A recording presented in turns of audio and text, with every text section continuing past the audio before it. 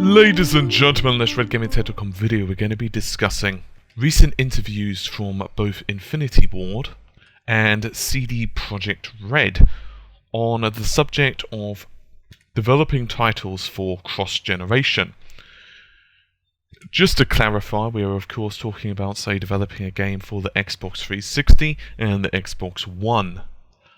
Now, it's a little secret that when you're first initially developing a title for a next generation, it's oftentimes very tricky to get the most out of the machine. This is because of numerous reasons, of course. For one, your toolset is, well, limited.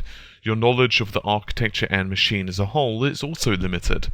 Thirdly, unless you're willing to design an engine from the ground up, it's oftentimes very tricky to make that engine fully compatible and fully taking advantage of all the power that the next generation of consoles can actually really provide.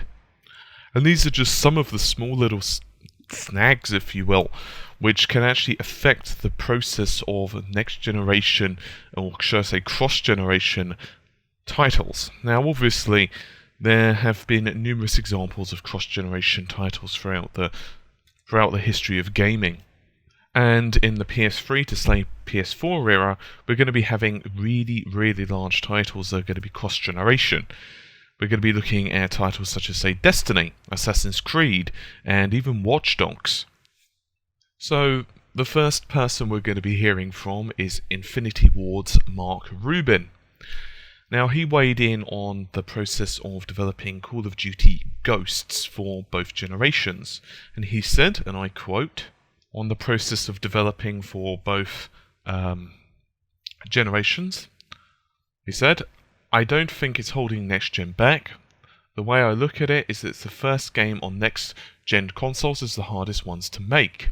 It's like a first date.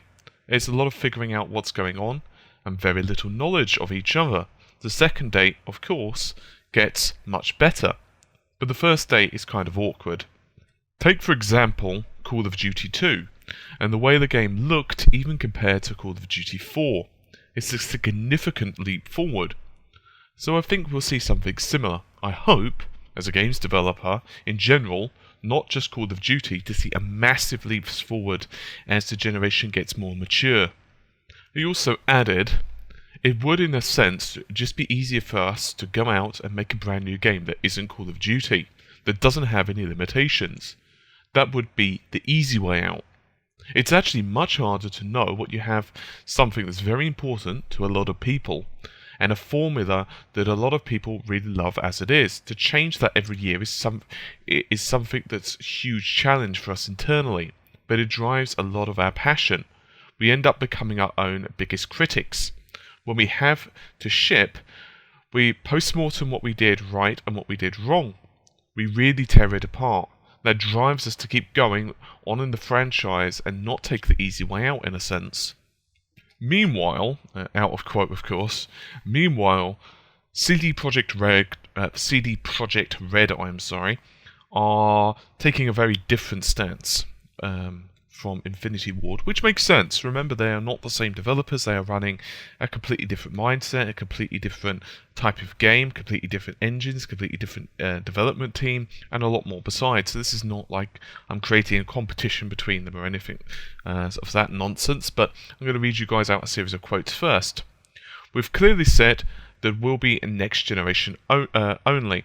By the way, this is by the co-founder of CD Projekt Red, as well as the joint CEO, hopefully pronouncing this right, Marcin Owinski. I'm going to give you guys the spelling for that. M-A-R-C-I-N, and then Owinski, I-W-I-N-S-K-I. Continuing the quote, the PC is a non-stop next-gen. That's the cool thing about it. And so I think a lot of people with big franchises and massive reach plans will have the dilemma. And I think there are a lot of compromises to be made in the industry that might not necessarily be good for gamers. We're looking for AAA experiences from the next gen. The Witcher 3 is so large, with a world bigger than Skyrim, and everything that we wanted to put inside it, there's just no way it would run on current gen. We'd have to put a couple of years in development into 360 and PS3 versions, and then experience would be so-so. So we'd never do that. End quote. So what exactly is the difference here? And this is something that I think is actually worth doing a little bit of analysis for. In a title like, say, The Witcher 3, you have a much more persistent game world than, say, Call of Duty. That's just how it is.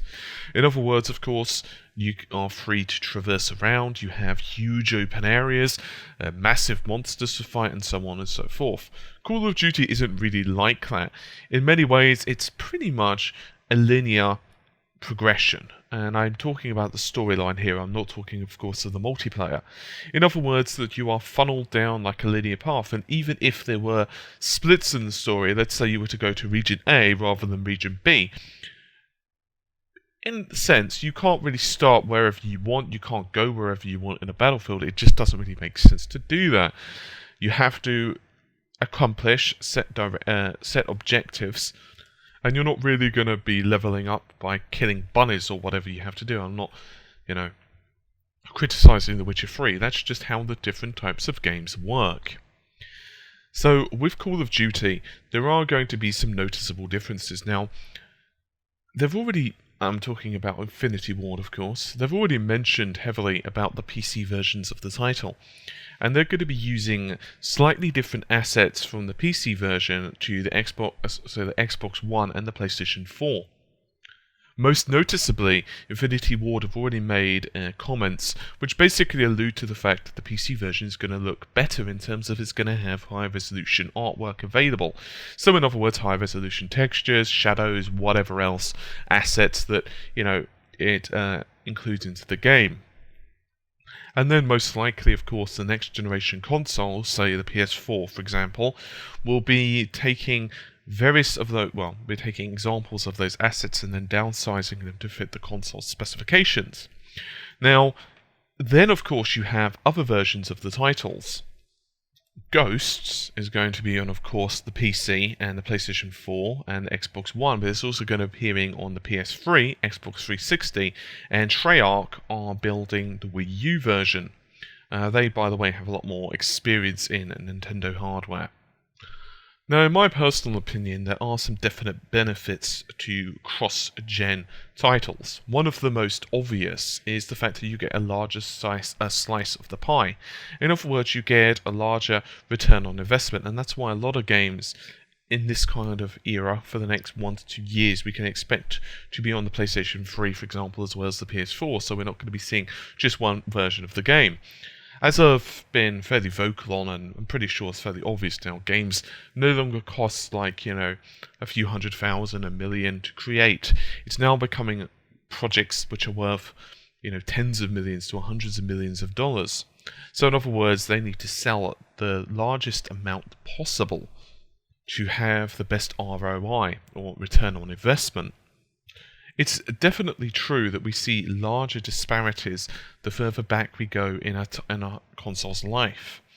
But when you actually start developing a game specifically for the next generation, in this case, let's say you're developing an Xbox One and a PS4 game, then obviously you're going to take much more advantage of the engine and the better GPU, the larger amounts of RAM, more CPU power, and various other assets, of course, that the consoles actually provide than a title that's cross-generation. I must confess that I'm very curious to see how Witcher 3 is going to shape up, particularly on the PC. In fact, I'd be very curious, and I will be definitely doing some graphical comparisons between the PC version of Witcher 2 and the PC versions of Witcher 3, and doing a lot of comparisons in terms of, say, the shadows, the textures, the models, and a lot more besides. Similarly, of course, I'm also planning to do comparison versions of the PC version of Call of Duty Ghosts, as well as the PlayStation 4 versions of Call of Duty Ghosts, because of Infinity Ward's previous comments. And I'm just really curious to see what types of differences are going to be between the two titles.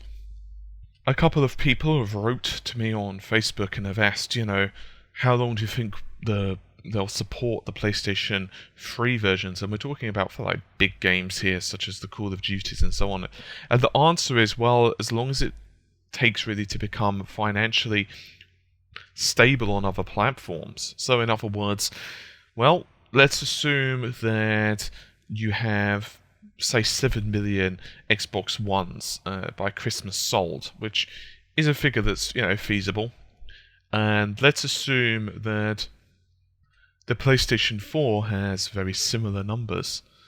Well, there's one benefit for, say, Infinity Ward releasing a title on the Xbox One. You're actually more likely to get someone buying it who wouldn't normally buy a Call of Duty game if they're looking for a game on their system, because, well, quite simply put, there's less choice on a console's launch. However, the numbers don't lie.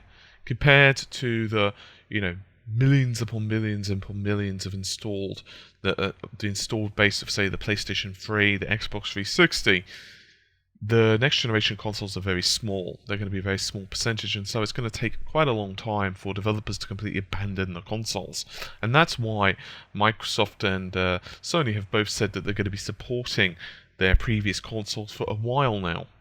And so what will probably happen, of course, is we're going to get instances where developers start putting less and less resources into the porting of the games to the current generation, in other words, say the X360, and eventually they'll stop producing it, which is just the natural evolution of things that happened to, say, the PlayStation 2 to the PlayStation 3, or the original Xbox to the Xbox 360. It's just natural. Mark Cerny, who is of course the lead architect behind the PlayStation 4, has also commented very similarly to this in terms of the evolution of the lifespan of the PlayStation 4. And has said that, look, developers will be getting a hell of a lot more out of the system in, say, year 3 and 4 than what they will now.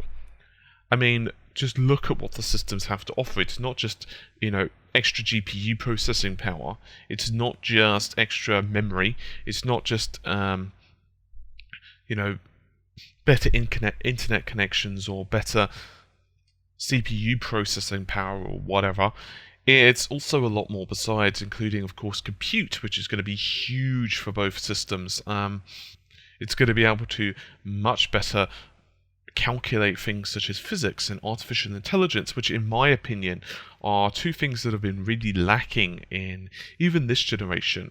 AI, for example, has been, hit and miss. It's been getting better in some cases, but you can still really cheese out games. And how I'd recommend you test out AI in games, and this is by no means the definitive test, but it's kind of fun to just do.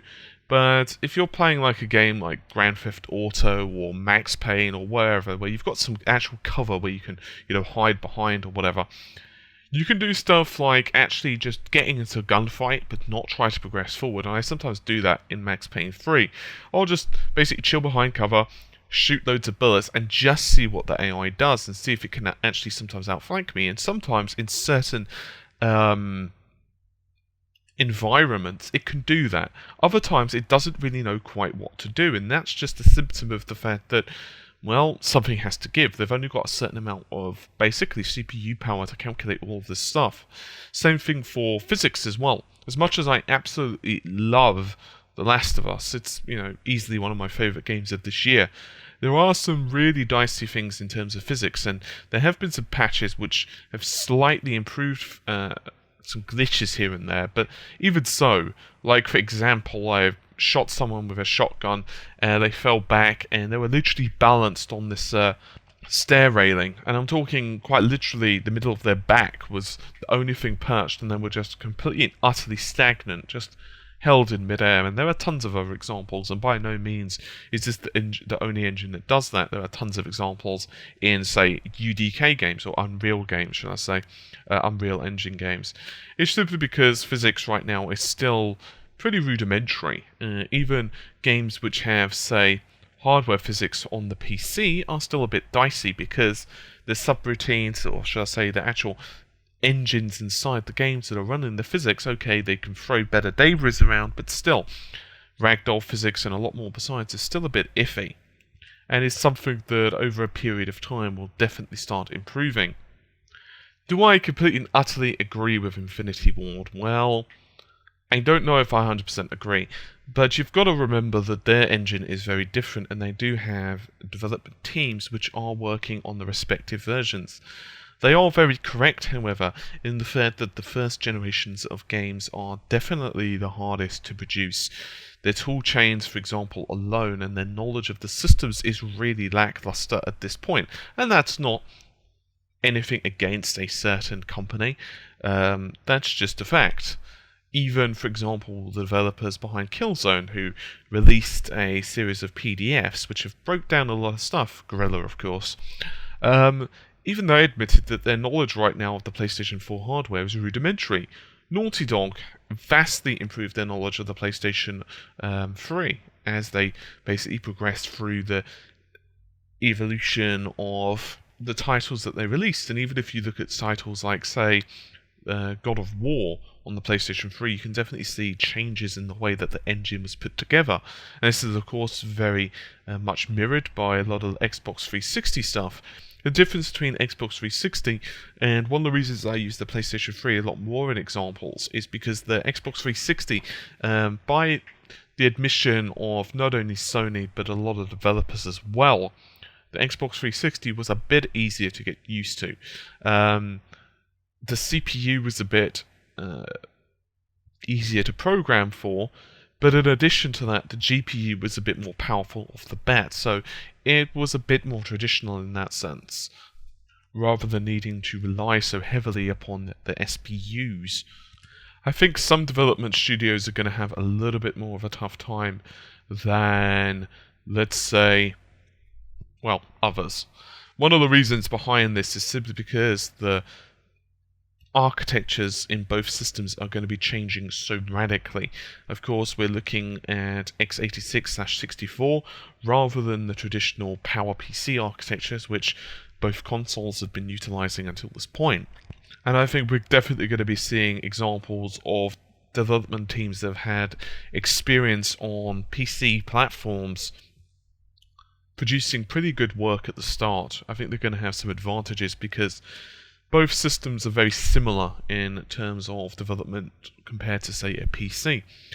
Anyway, I think that's just about it for this particular video. Hopefully you found it a bit interesting. I will see you soon. Take care. Bye for now.